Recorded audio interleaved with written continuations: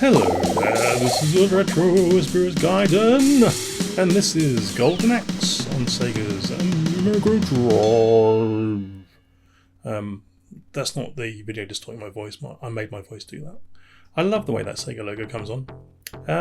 Right, we've got a spinning kind of word thing in the sky. Must mean it's Golden Axe. Let's go to the options, because it's always fun to look at the options. We've got a life meter, yeah, it's all very good. We've got a sound test in there. We've got 3 different game modes. We've got Beard, we've got Bikini, and we've got Bodybuilder. We're going to pick Bikini off the giant skeleton's hands. The giant skeleton's holding his palms up to the sky.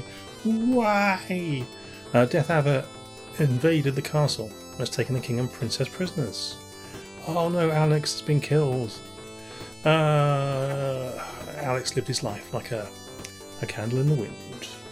Right, it's highly impractical to do sword play in a bikini, but Bikini here will do it. I think her character name's actually, and there's going to be a nerd coming out here, Tyrus Flare. I've read an instruction manual or 2 in my time. In fact, actually, I think the game's got an intro which shows a sketch of her and gives her name in the sketch. Right, yeah, the muscles, or bodybuilder, is called Axe, and the beard is called Gilius. This is as you can see, a fairly simple scrolling beam-up, belt scrolling, if you will take Capcom's nomenclature. That was a hard word to say when I'm incredibly drunk. Not sure I did it successfully. But it's a fun game. The arcade version was a chuckle, and the Mega Drive version is similarly chucklesome. Used to play this a lot back in the day on the Mega Drive with my friends, and we enjoyed it verily. The graphics aren't as good as the arcade machine, that's for sure. The sprites are pretty close, the background's not so much. Music's not as good, but it's fine. It's got some weird instruments in it. The samples of the dudes dying are taken from Rambo, famously. That's kind of cool. Is there a way to cheese this game? I think you can cheese this game if you just kind of do the running kick quite a lot. I used to be able to complete this game on 1 credit back in the day. I'm well out of practice. I've got the Japanese version here, and I don't think there's any differences between this and the PAL version that I probably paid 40 quid for back in the day. And indeed, looking on eBay, the PAL version complete, boxed and good condition is around 40 quid. The Japanese version ranges from sort of, well, in good condition, for sort of 40 to 50 quid to 120 quid, which is ridiculous. I think I paid £20 for my Japanese version of this game. You've got a very limited moveset. Like I say, you can double tap to run. If you're running, you can press the attack button and it does a different move. You can press jump and attack together, and you can, I suppose, a bit Double Dragon-esque, do like a spinny round move, which is a bit like the elbow. You can do a combo, so that was lucky. Nearly ended up near the turtle's cloaca there. The turtle's cloaca. It's a good name for a pub in an RPG. We have... if you run and you press jump and then you press down and attack, you can do like a dive bomb attack which kills some minor enemies in 1 hit, which is kind of groovy. Here's a combo. That's kind of an auto combo just by tapping the buttons. You can get locked into that and then someone will smack you in the back of the head with a giant hammer. That happens quite a lot to me. We have a 2-frame animation for the villagers because they don't necessarily matter. They had a screechy sound effect as well. The sound effect for this dragon's breath is epic. If that was a real creature, you wouldn't go anywhere near it if it made that sound effect. We've got animated water now. Oh, that's environmental detail.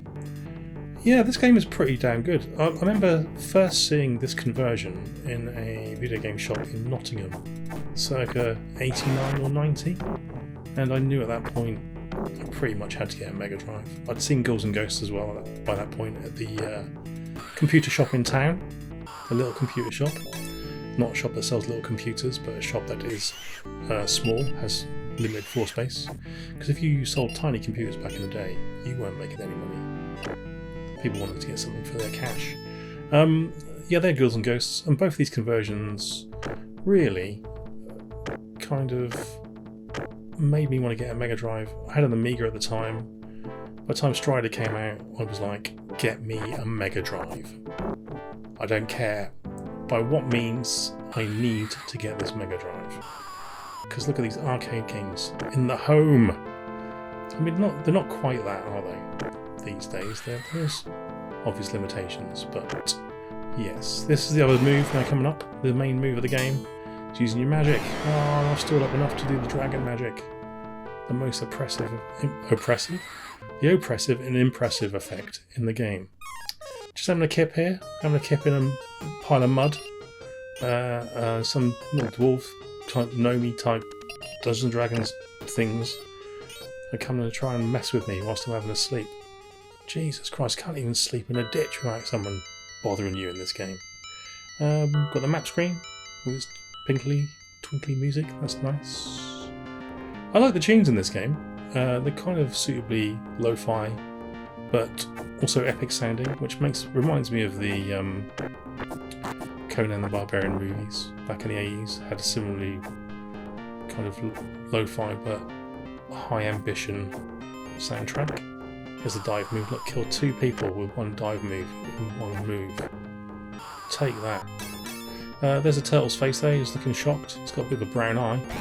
If you ever want to see a turtle's brown eye, get this game. I'm going to leave that sentence as it was. Here are some Norwich City supporters with their yellow and green outfits, or they could be Australians. These are Australian women. This is what Australian women are like. They are brutally hard and don't take any shit from the likes of Bikini here. Deb's got a pub. She calls her pub Deb after Deb, which is her name. These dudes always cause me trouble. This is where I get stuck these days because I don't play this game enough to get past this area effectively. I always get stuck at these 2 fellas. Don't know why. I should just use my magic. This background, as you can see, is pretty crappy, and this is where the Golden Axe port lets itself down a little bit on the Megadrive. Small cartridge space, I imagine. Not enough room to have all the background tiles of the arcade machine, but even so, this building appears to be made out of a purest brown, like Weetabix stroke chocolate buttons, which is all well and good if you like that sort of thing. There you go. Massive dude just killed me. I'm not going to continue. Golden Axe is a very good time, especially in 2-player mode, and you've got some 2-player modes there to futz around with. We never really bothered with those back in the day, we just like the main game. You do get rated. Here we go. I've got my strength 46.8, used 3 players. Mid-table. Can't say fairer than that. Ta-ra!